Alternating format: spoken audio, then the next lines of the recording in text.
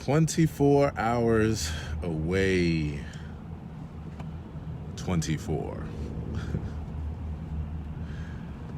24 hours away, y'all. Here we are. So today is what? January the 22nd, I believe.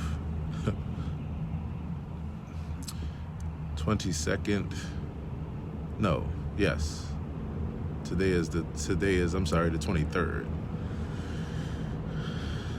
Duh, that's a duh moment. So I'm on here talking about my own concert that is on tomorrow, Friday night, January 24th, 7:30 p.m. at Ondi Music, which is at 409 North Charles Street in the heart of downtown Baltimore. How many of you all have seen my Marcellus Bassman? I want to say imitation, but you know how. Well, I think I did a good job, so I'll say imitation. If you haven't seen it, just on Facebook, type in Aaron Hill Bassman in the search section up top. Please check out that video. It's me imitating the beautiful and great deep voice of Marcellus Bassman Shepard, and how his voice used to rattle my speakers in my car when I was listening to him for all those years on the radio. Anyway, back to the subject at hand. I'm getting distracted, but yeah, definitely check out that video though.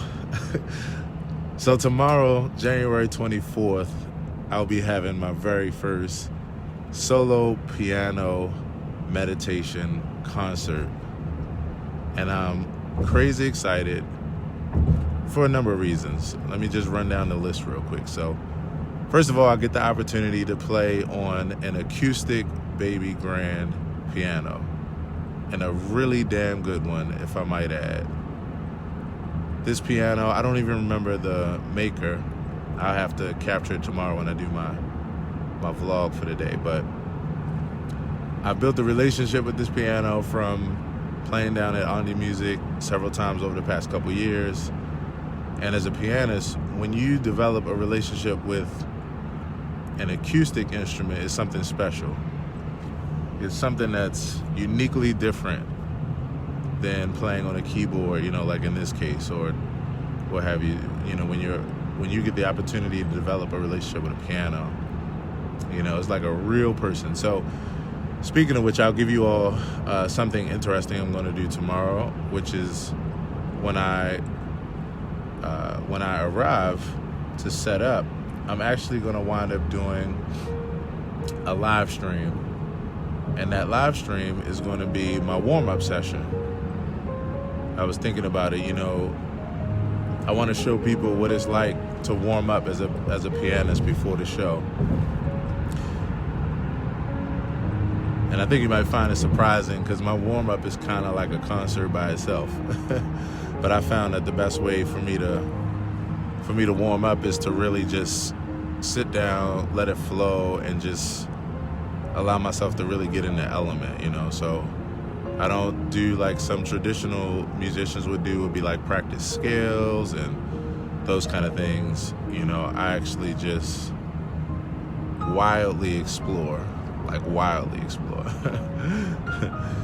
And so a lot of times I'm getting out like a lot of the ideas that I won't play all at one time during the performance, and some I may not play at all, but it's kind of like a serious, like on steroids, hyperdrive brain dump. So I want you to experience that. So tomorrow, the concert is at 7:30.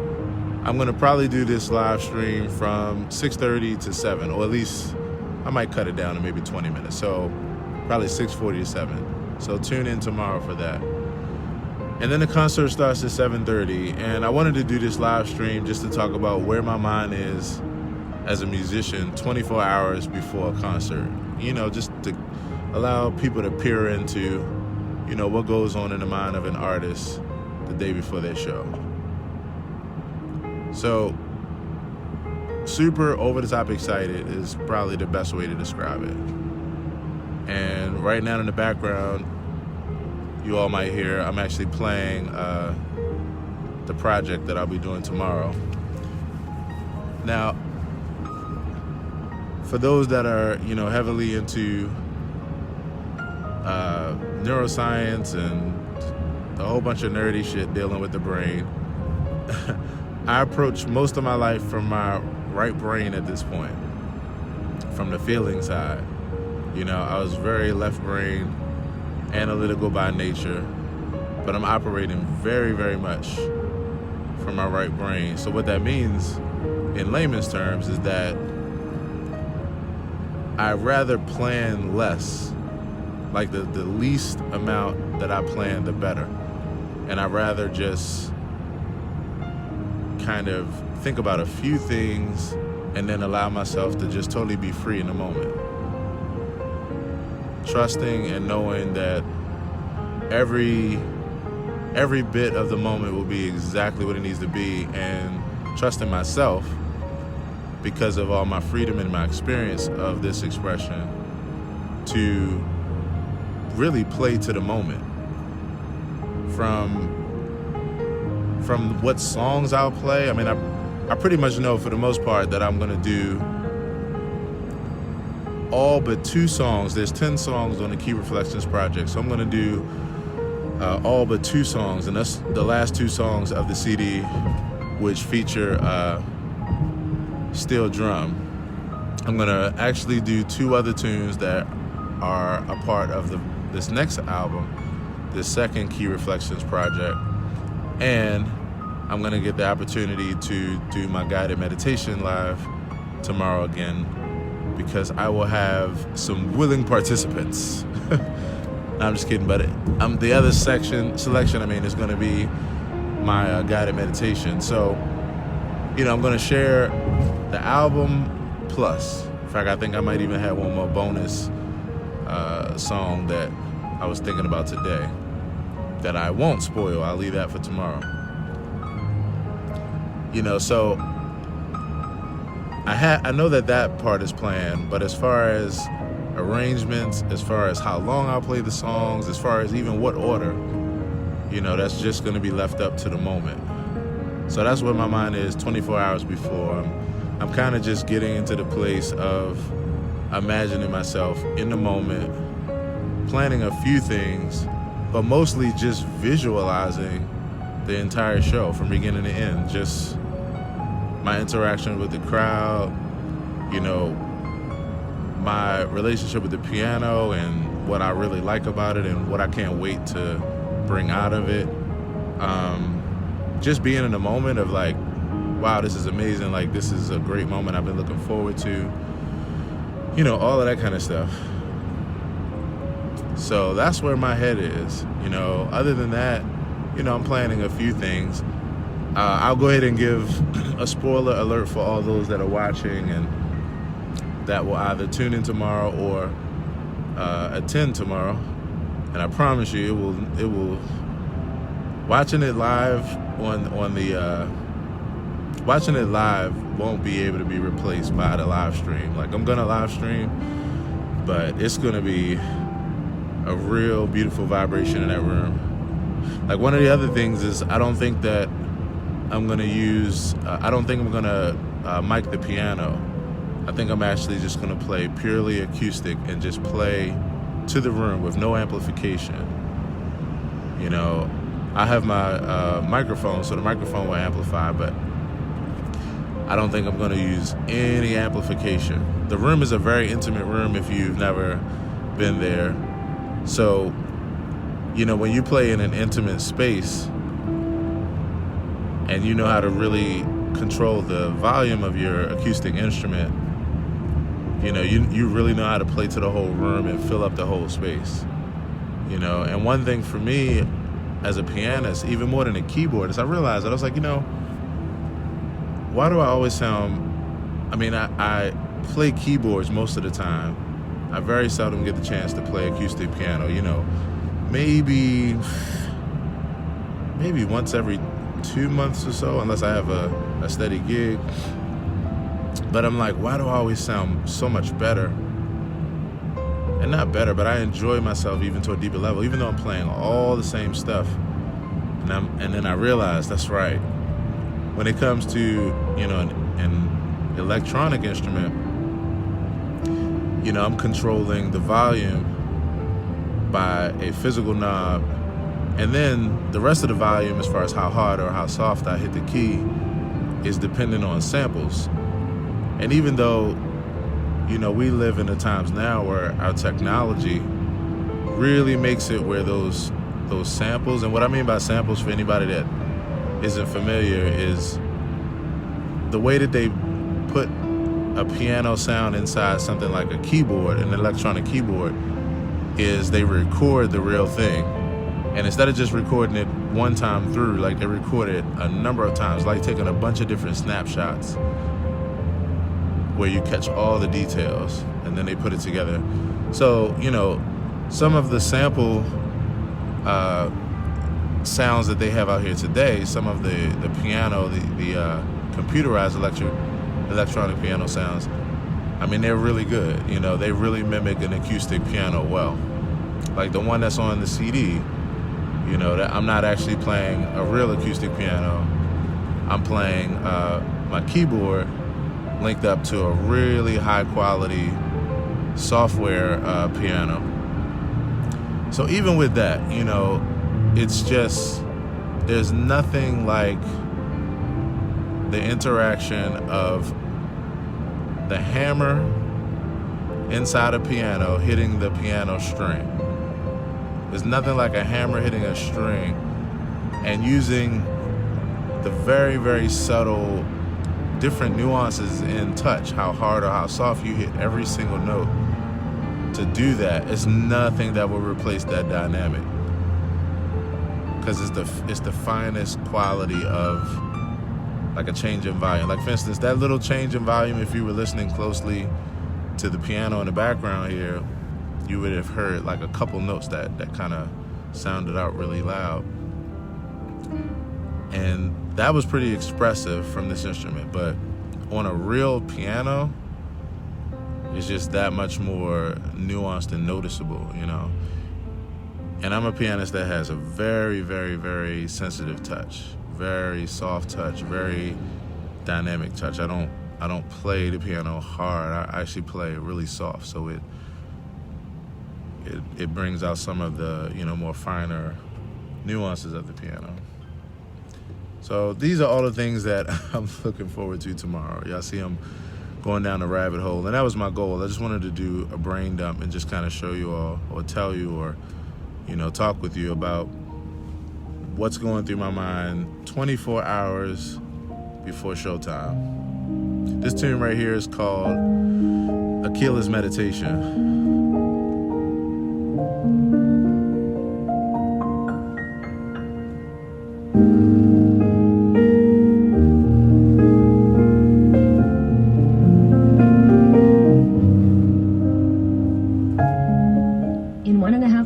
Use the right 2 lanes to take exit 27 west for I-495 west towards Silver Spring. Thank you, GPS.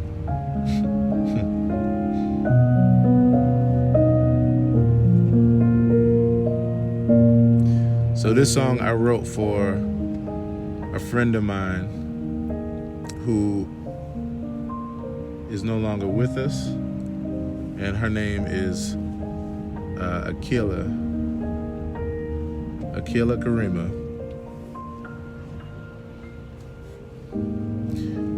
So I wrote this song for her a couple years ago.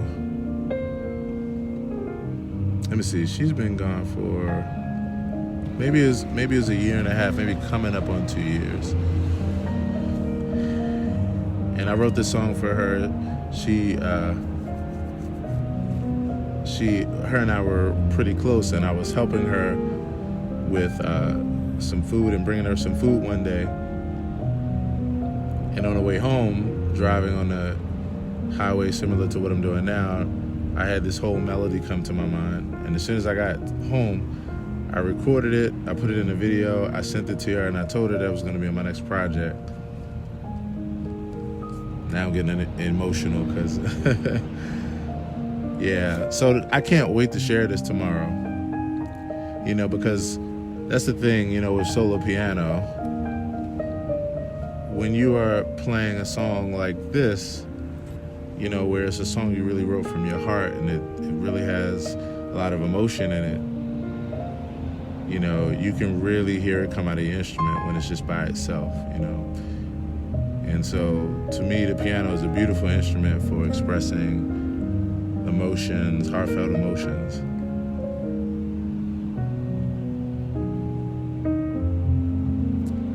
So one final thing I'll talk about, and then I remind you all of the details, and I hope to see you tomorrow.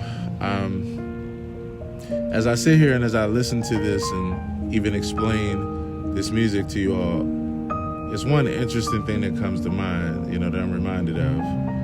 And that was that I never intended on being an artist, like a piano artist. And it's really interesting that that's happened because, not every musician that plays the piano, plays the keyboard, is an artist, And I know that could spark some different discussions because that's, the concept of artistry is subjective anyway. So, we just call certain things that resonate with us in a particular way, art, or we call those people artists. But I guess what I mean more so is, from the perspective of writing, the perspective of exploring, and not just playing music to successfully play a song or behind a singer or, with a band, but like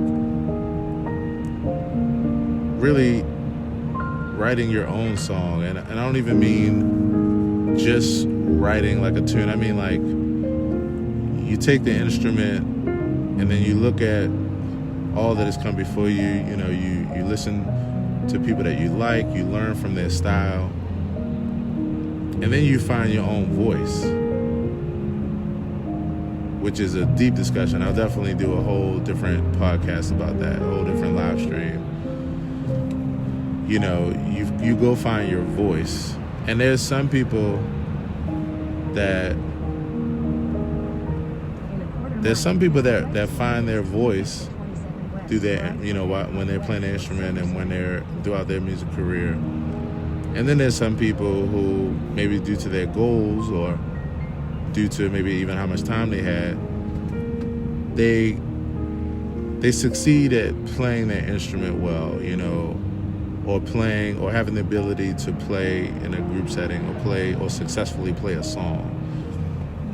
But then there's another aspect of playing a song and really being an artist within the song.